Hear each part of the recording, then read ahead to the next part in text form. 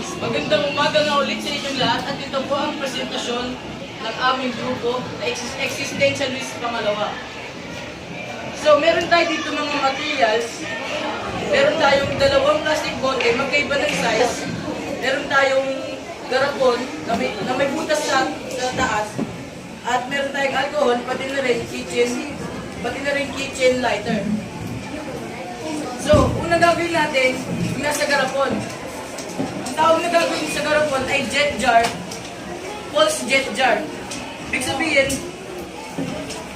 papalitan ko lang yung laban.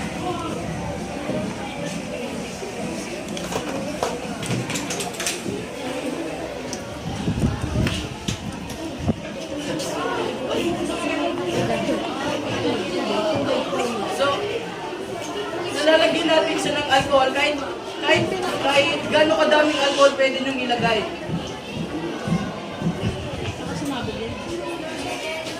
So disclaimer lang po, may posibilidad kung sumabog yung takip. So ingat-ingat na lang po.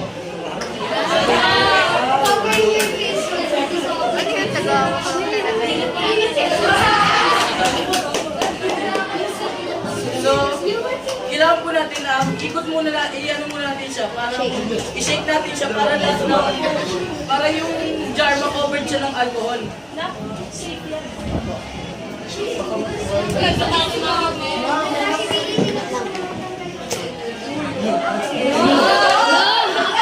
So, ito na po sisimula na kita. Mama!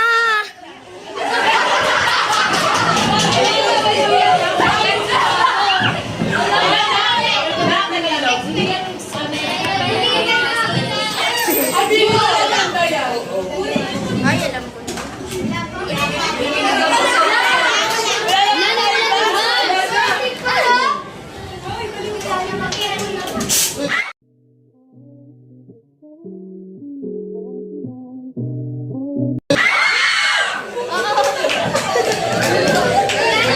Nagulat nga po siya, nakagulat siya.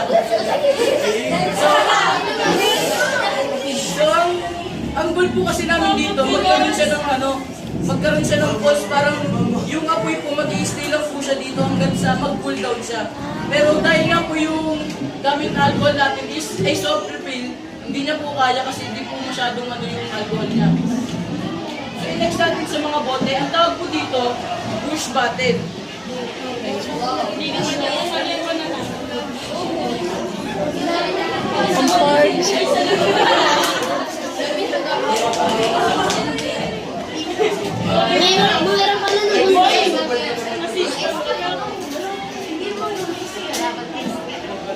So ito po, halatang tinesting ko po kasi napipay po siya. May posibilidad din po kasi siyang maputi dahil nga po yung hangin na nasa loob, dinidecompress niya kaya napipipay siya.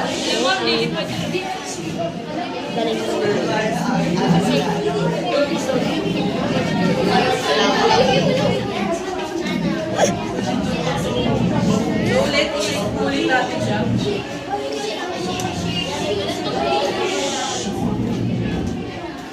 At bago po simulan, kailangan po yung kamay nyo, wala rin pong alcohol kasi baka maano rin po. Masunog. Saka dapat po, clean po yung area nyo para di rin po siya maano. Kasi kaya po natin siya sinishake para yung buong container maano siya. Madaluyan siya ng apoy. Di ba? Mama!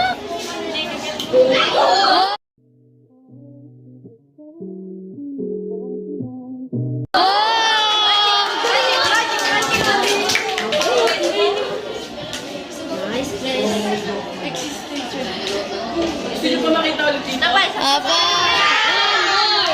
Ubusin mo yung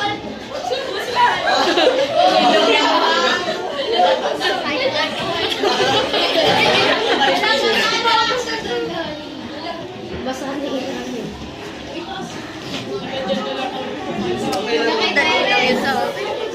Nag-i-stay yung ano ko sa... gagawa lang ako ng bookmark. Naman yung takot to. Again, check po ulit natin.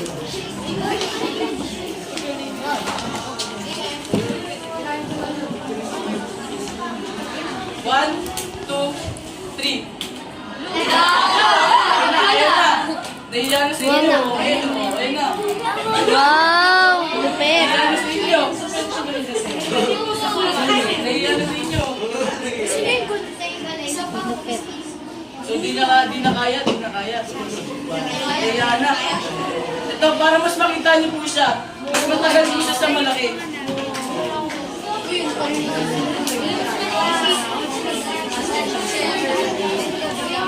So, yung isa pa po.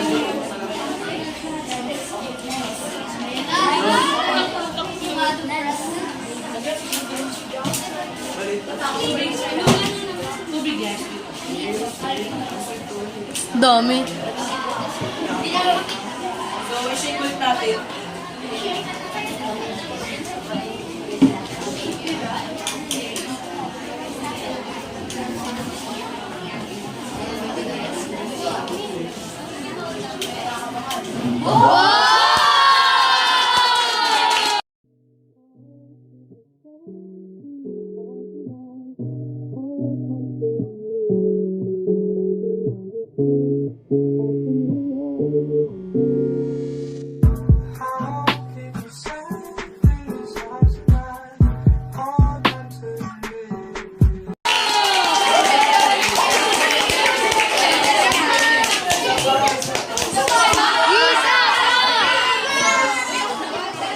Ang demonstrasyon ng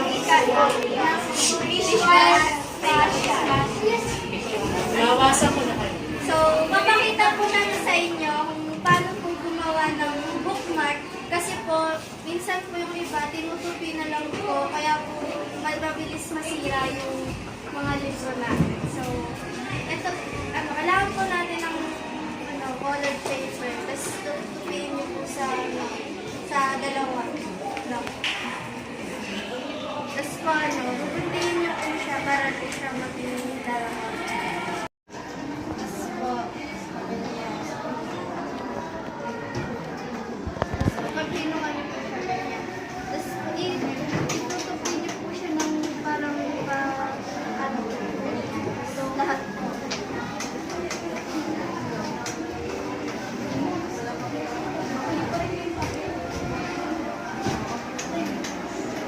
Nakinig pa rin yung papel niya. Magiging ganyan po siya. Tapos tutupiin niyo po siya sa dalawang ganyan. So,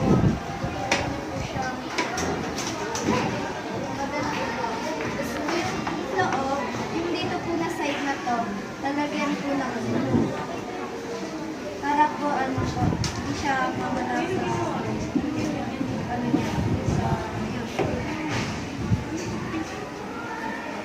Dito sa gilid.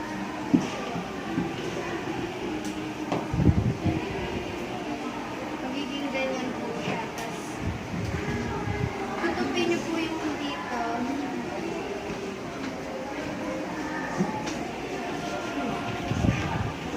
Tapos po, magiging ganyan na po siya. Pwede niyo po siyang drawingan, pwede niyo po siyang, lagyan ng mga design, katulad po ng mga yan. Yan po. Tapos po, yung libro po, kung sa page yung ilalagay niyo, pwede niyo po siyang ganito rin para di niyo naputupin yung mga page. Gagayanin niyo na po siya kasi gaganyan po. Page. Tapos po, magbibigay po kami ng mga ganito sa inyo para gamitin nyo na rin po. Yung mga walang design po, pwede na po designan nyo na lang po sa bahay or dito. Kasi po, dala po kaming time para mag-design. So, magbibigay na po kami ngayon sa mga gustong mabigyan.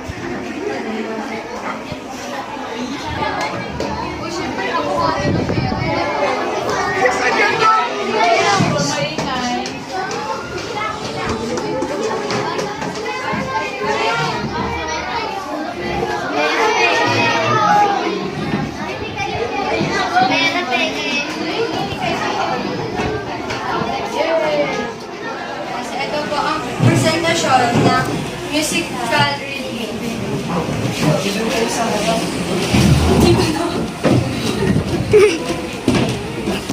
Gigiba!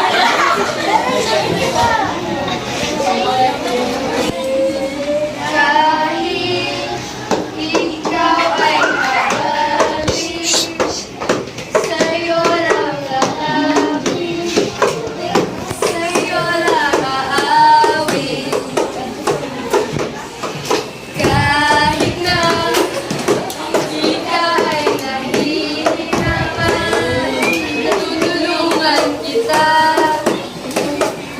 upang matuklasan.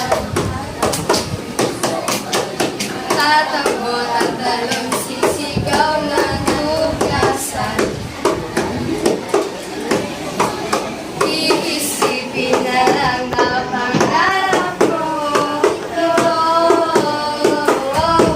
O bakit ba ika'y nahihirapan? Pag-iusap na iyong matutuklasan. Mga kakayahan, mahirap ka maalas. Isang kakayahan iyong natutuklasan.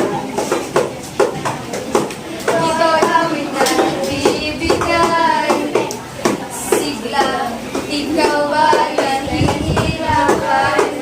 Tutunan kita. Lapit na lapit, ako'y lalapit. Layo na layo, ba't ka lumalayo? Lago na lago, ika'y malabo. Ika'y malabo, malabo. Bumalik at muli ka rin aalis. Tatakbo ka ng mabilis dahil natuklasan tuloy na mga kakayahan na matutuklasan. Basta gagawin ang lahat ay iyong matutuklasan. Tatakbo na talon sisigaw ang natuklasan. Iisipin na lang na pangarap ko ito. O bakit ba ika'y nahihirapan? Pakiusap ng iyong matutuklasan. Mga kakayahan na ipagmamahalan. Isang kakayahan iyong natutuklasan. Ito'y awit na magbibigay. Ikaw ba'y nahihirapan? Existentialist. Matutok yung lungkot na kung paano tutuklasin at uubog ang paglilingan ng talento, kakayahan. Good morning everyone! So magkakaroon tayo ng group project. Ito ay tungkol sa pagtuklas ng inyong mga talento at paano nyo ito natuklasan. Ito ay gaganapin sa July 19, 2020 at may 1 week kayo para mag-i-intindihan ba? Sino may tanong? Ma'am, paano po po? Yung talent mo po man talaga, wala ko po talagang talent. Ba't na natin gagawin ito para may natin yung mga wala na? Last business. Dapat magtatanong sa kanyang nanay. Ma, anong talent mo, ma? Kaya mo kaya, ano ba nga kung ito sa iyong talento at may ginagawa ako dito? Ano naman eh, anong talent ko? Kaya mo kaya, ikaw na ang mahal ng talento mo, kaya mo yung kapatid. Ba yan, sabi ko lang naman busy. Tita, ano meron? Anong talent ko? Hindi ko alam kung gagawin ko, wala. 1 week na lang, ano ba yun? Hindi mo pa ba natutuklasan? Hindi pa nga eh. Saan ka ba magaling? Ewan ko, hindi ako magaling mag-drawing. Sintonado ako. Ang tigas ng katawan ko. Hindi ko alam. Itigil mo nga yan. Bakit mo dinadawan yung sarili mo? Kasi hindi ko nga kaya. Lahat tayo may talento, okay? Huwag mo idawan yung sarili mo. Hindi ko alam kung anong sasabihin ko dun sa harapan. Tapos madami pang tao, tapos mapapahiya na naman ako. Carmela, lahat tayo may talento, okay? Yung kuya mo may talento sa pagkanta. Ate mo sa pagsayaw at sigurado akong meron ka din, hindi mo pa natutuklasan. Eh ano nga? Saan ka ba magaling? Malay mo, magaling din ako doon. Magaling akong mag-experiment. O di ba magaling ka din doon? O talent tayo yun. Talent yun. Oo. Ano ko yun? Kung maganda yung i-present mo, kasi explain mo, may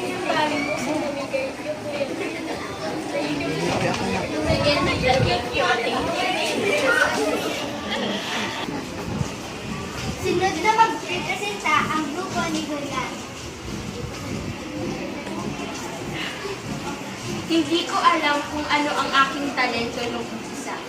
Pero merong isang taong tumulong sa akin. Ayun ang Tita Eya ko.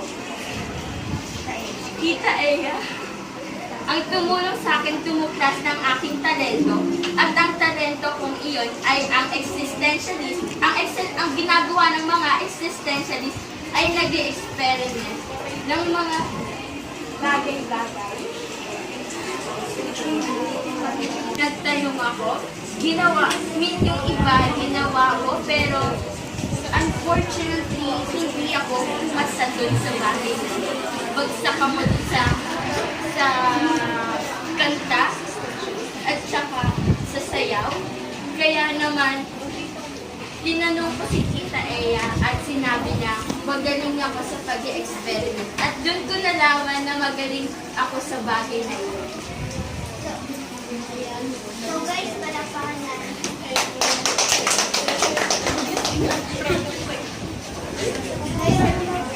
Mag-picture na tayo. Oh, picture! Picturean ko nga to. Smile! Smile.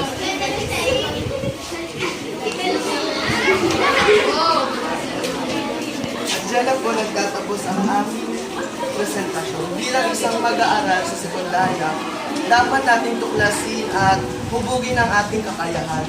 At dapat natin itong paunlarin sa gayon ay huwag nating sayangin ang ibinigay ng talento ng ating Panginoon. Magandang umaga mga kamag-aral. Ito nga pala ang presentasyon ng pangkat interpersonal text. Marahil kayo nagtataka sa aming mga iskota. Hayaan yung ipaliwanag namin na sa gayon inyong maintindihan.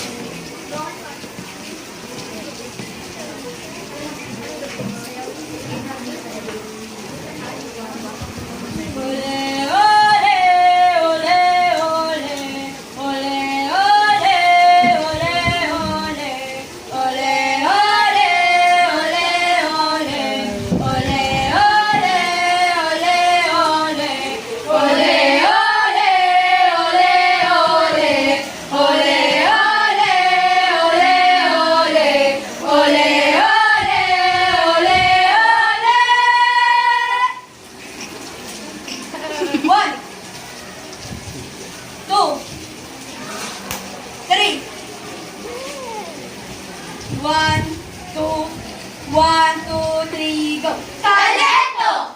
Isang magandang regalo ng may likha. Hindi dapat hinahayaan o binabaliwala. Bakit? Dahil ito'y handog niya sa atin. Isang handog na dapat pagyamanin.